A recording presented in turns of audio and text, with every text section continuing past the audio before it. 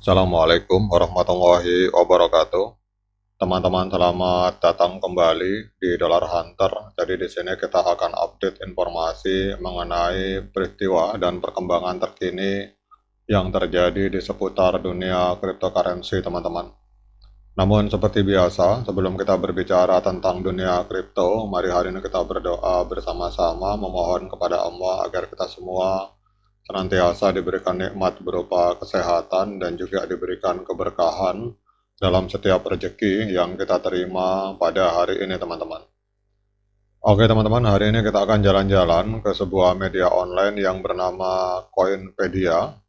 Di sini ada sebuah berita yang cukup menarik dan menggelitik, teman-teman. Di sini dinyatakan bahwa dalam perkembangan kasus Ripple melawan SEC, SEC menyatakan bahwa mereka menerima kekalahan tersebut dan tidak akan mengajukan banding terhadap putusan kasus Ripple. Tetapi, nah ini ada tetapinya, teman-teman. Tapi ada tapinya ini. Jadi kita akan lihat tapinya ini apa, teman-teman. Jadi kalau kita lihat di sini bahwa Komisi Sekuritas dan Bursa Amerika Serikat telah memutuskan untuk tidak mengajukan banding terhadap putusan pengadilan dalam kasus Ripple. Keputusan ini mengikuti perintah Hakim Torres pada tanggal 7 Agustus 2023 dan menandai momen signifikan dalam pertempuran hukum yang berlangsung di antara SEC dan Ripple, teman-teman.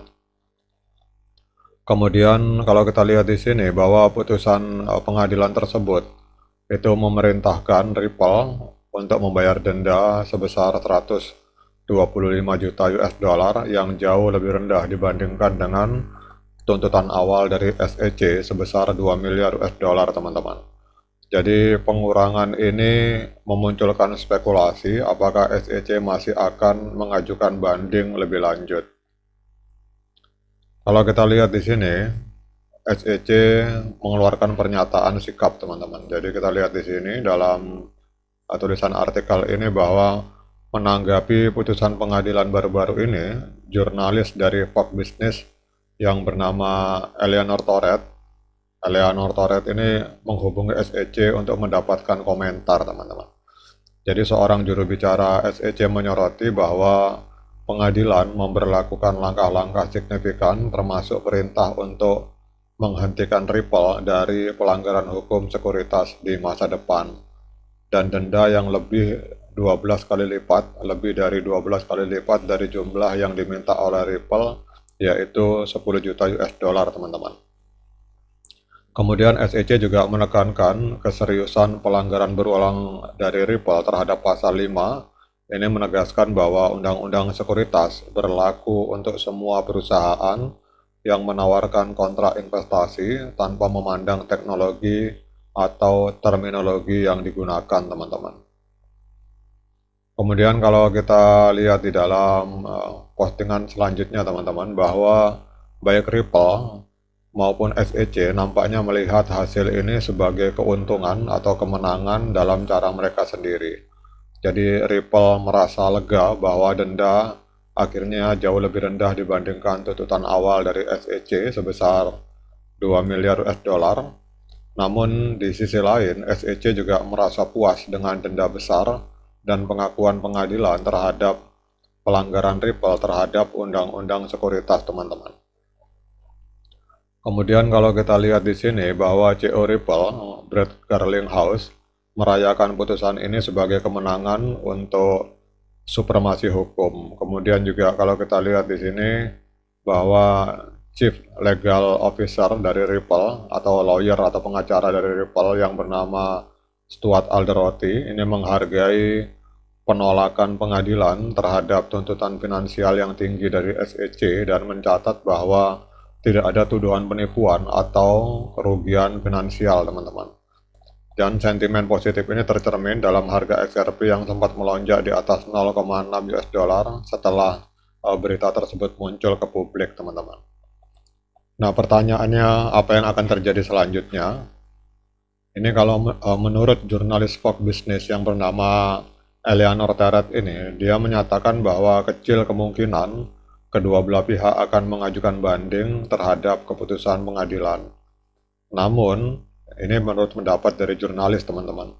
Namun SEC kemungkinan bisa juga untuk mempertimbangkan untuk mengajukan banding terhadap putusan bulan Juli 2024 setelah putusan akhir dikeluarkan. Jadi kita tahu bahwa sampai hari ini Ripple belum membayar 125 juta. Mungkin setelah membayar baru diketok palu teman-teman. Nah ini menurut wartawan atau jurnalis dari Fox Business, beliau menyatakan bisa jadi hari ini SEC tidak menyatakan tidak akan banding, tetapi bisa jadi pada saat ketok palu nanti, pada saat Ripple sudah membayar, bisa ada kemungkinan Ripple akan mengajukan banding. Tapi ini analisa dari jurnalis dari Fox Business teman-teman.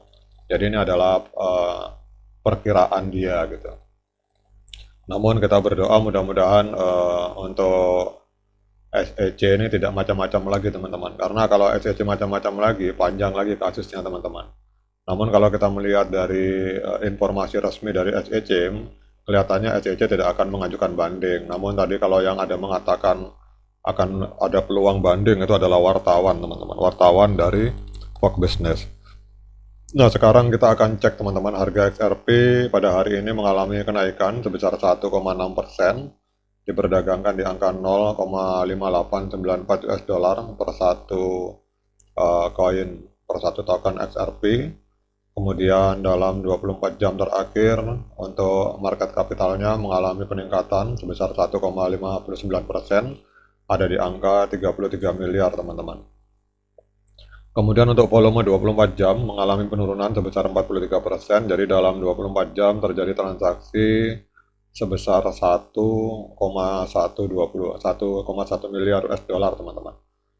Nah kemudian pertanyaannya, apakah hari ini layak bagi kita untuk melakukan pembelian XRP? Kita akan lihat teman-teman, memakai teknikal. Namun seperti biasa saya ingin nyatakan pada teman-teman bahwa saya bukan penasihat keuangan. Jadi bila teman-teman ingin melakukan pembelian XRP atau melakukan penjualan, silakan teman-teman lakukan Dior, lakukan investigasi secara pribadi, karena uang Anda adalah tanggung jawab Anda masing-masing. Jadi kalau kita lihat untuk XRP teman-teman, pada tanggal 30 April 2024 terjadi dead cross di mana MA50 memotong MA200 ke atas, dan sampai hari ini ke bawah maksud saya, MA50 memotong MA200 ke bawah, dan sampai hari ini belum terjadi golden cross teman-teman. Jadi ini trennya masih kelihatannya masih sideways ini teman-teman. Namun kalau ada pertanyaan kapan saat yang tepat untuk melakukan pembelian, menurut pendapat saya, dan ini jangan diikuti karena bisa salah bisa benar, silakan teman-teman lakukan Dior. Maka menurut pendapat saya saat untuk membeli yang tepat adalah pada saat MA50 memotong MA200 ke atas, atau pada saat terjadi golden cross, itu adalah saat yang tepat untuk melakukan pembelian.